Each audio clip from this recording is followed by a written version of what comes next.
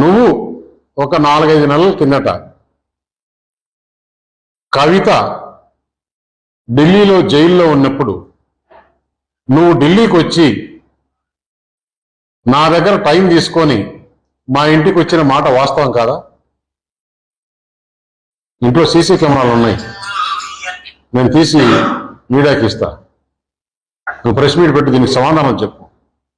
మా ఇంటికి వచ్చి ఏం మాట్లాడినారు? మేము చేసిన అవినీతి అన్నీ కూడా ఈడీ సిబిఐ లేకుంటే కవితను బయటికి వదిలేదానికి ఏర్పాటు చేయండి. మేము బీఆర్ఎస్ పార్టీ దేనికైనా సిద్ధం.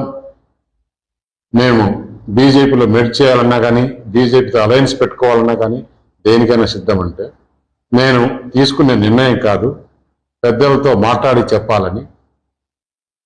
పెద్దలతో మాట్లాడిన తర్వాత మనం ఎలక్షన్స్లో ఏం చెప్పాం? ఈ బీఆర్ఎస్ పార్టీ అవినీతి పార్టీ, దీంతో కలిసే సమస్య లేదు. అయినా కూడా బీఆర్ఎస్ పని అయిపోయింది. పార్లమెంట్లో ఒక సీట్ రాలేదు, గవర్నమెంట్ లేదు, ప్రజలు వాళ్ళని చీకొట్టారు. అటువంటి వాళ్ళతో మనం కలిసే సమస్య లేదని చెప్పిన తర్వాత నువ్వు అసలు రాజకీయంగా నువ్వు ఏ విధంగా ఎమ్మెల్యే అయినావు తెలుసా? ఆ రోజు టీడీపీ టీఆర్ఎస్ అలయన్స్లో నేను నీకు చేసిన మేలు మర్చిపోయావా? ఆ రోజు నువ్వు 300 ఓటుతో గెలిచావు. ఏ విధంగా గెలిచావో నాకు తెలుసు. ఎందుకు నేను వచ్చినప్పుడు అడిగా, ఎందుకు మీరు రాజకీయంగా కరెక్ట్గా పోవట్లేదు?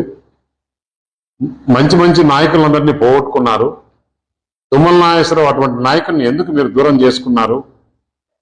ఈరోజు ఇంత బాధపడుతున్నారు అని చెప్తే ఏం మాట్లాడావు? చంద్రబాబు నాయుడు